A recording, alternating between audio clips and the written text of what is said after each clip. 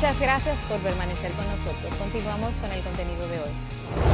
Los derechos sexuales y los derechos reproductivos son los mismos derechos humanos interpretados desde la sexualidad y desde la reproducción.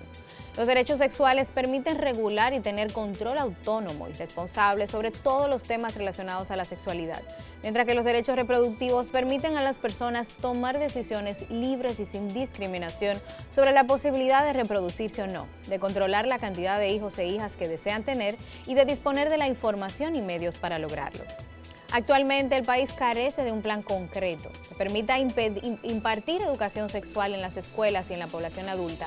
Sumado a esto, también existen dificultades para el acceso a las mujeres a métodos anticonceptivos, lo cual se traduce en embarazos no planificados. Se ha discutido mucho sobre la despenalización del aborto. Sin embargo, es importante destacar que para que suceda un aborto, antes debe haber un embarazo no planificado, lo que evidencia la necesidad de que el Estado defina e implemente políticas públicas que respondan al derecho a la educación sexual y el acceso a métodos anticonceptivos para poder disminuir la tasa de embarazos no planificados y, por ende, de abortos. Para analizar este tema tenemos el honor de contar con la coordinadora de programas del área del Ministerio de Salud Pública, doctora Patricia Reina, que nos ayudará a profundizar un poco más las informaciones. Doctora Reina, ¿considera que en nuestro país se respetan y se valoran los derechos sexuales y reproductivos? Tenemos un escenario bastante oscuro en este tema y queremos saber qué ustedes están haciendo para poder aclararlo un poquito.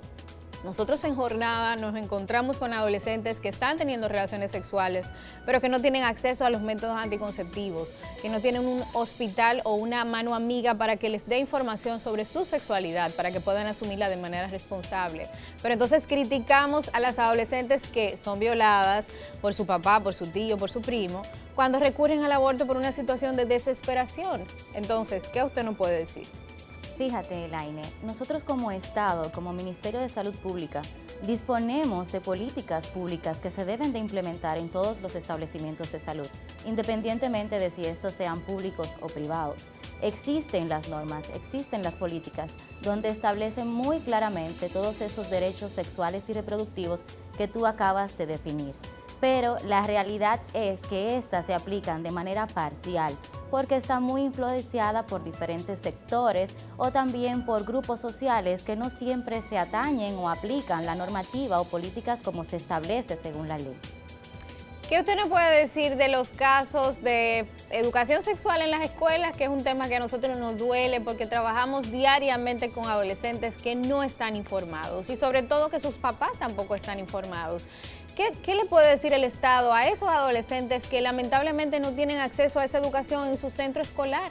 Entonces tenemos una situación de que si no lo tenemos educados, no podemos criticar un resultado que se está dando por la ausencia de información. Entonces, ¿cómo ustedes ven ese tema versus lo que estamos discutiendo ahora del tema del aborto? ¿Cómo ustedes consideran que nosotros tenemos que cambiar este escenario? ¿Qué nos puede decir? La realidad es que actualmente incluso estamos trabajando con el Ministerio de Educación en lo que es la Mesa para la Prevención de la Morbimortalidad Materno-Infantil y específicamente los adolescentes. Y para eso la misma educación tiene lo que es el PEAS, que es el Plan Afectivo Sexual. Que todavía no se ha incluido, estamos todavía en el proceso de la discusión. Entonces queremos que usted nos diga cuáles han sido los avances para tener un poquito de paz, de tranquilidad con este tema. De acuerdo. Se dice que el ser humano es un ente sexual desde que nace y es por eso la importancia de formarlo en esa sexualidad sana desde el preescolar, básica y educación media. Para eso el Ministerio de Educación está trabajando el PEAS, capacitando a los maestros que van a transversalizar el tema de educación sexual. Nosotros como Ministerio de Salud trabajamos de la mano de las escuelas por igual. El programa, principalmente el Programa Nacional de Adolescentes que se lleva ya en el Ministerio, tiene un lineamiento estratégico de abordaje de la educación sexual desde la escuela. Para eso disponemos de los encargados de programa de adolescentes que se encuentran en las diferentes provinciales de área y de la SUNAP y los médicos de atención primaria, así también como de los médicos escolares que se encargan de transmitir la información.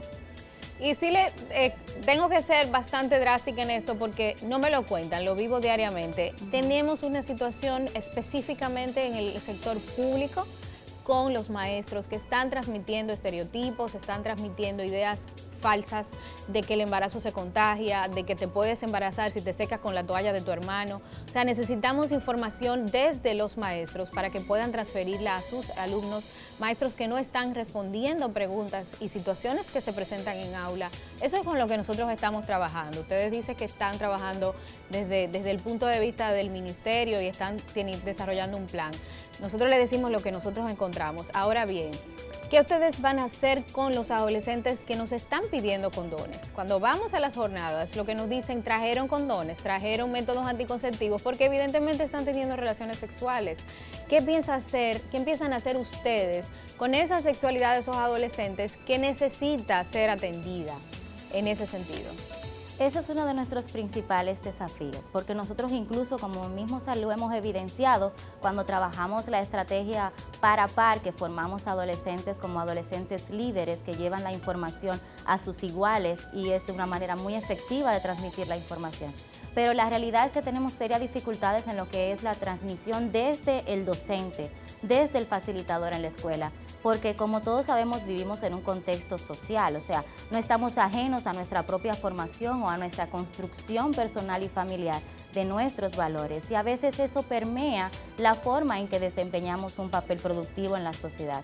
Imagínate si mi responsabilidad de educar en lo que tiene que ver con educación sexual y reproductiva a un grupo de adolescentes y sin embargo yo vengo de un grupo religioso que justamente prohíbe este tipo de educación. Entonces eso genera una barrera en esa información que se lleva, vetando o dejando de lado ciertas características necesarias para la introyección efectiva de esta educación sexual en mis adolescentes, entonces dejando una brecha con un margen largo de una comunicación o de una información que no está siendo transmitida de manera efectiva.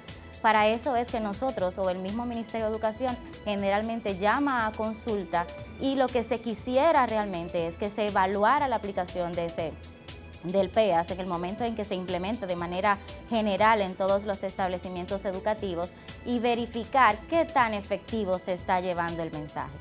Sobre el acceso a los métodos de planificación por los adolescentes que los procuran o los solicitan, la realidad es que el mismo déficit de información de lo que tenemos disponible, de dónde están y cómo pueden acceder a estos métodos o a los establecimientos que llevan el programa de salud sexual y reproductiva, genera entonces una brecha en el acceso al servicio, que es uno de los derechos de los derechos humanos sobre salud sexual y reproductiva.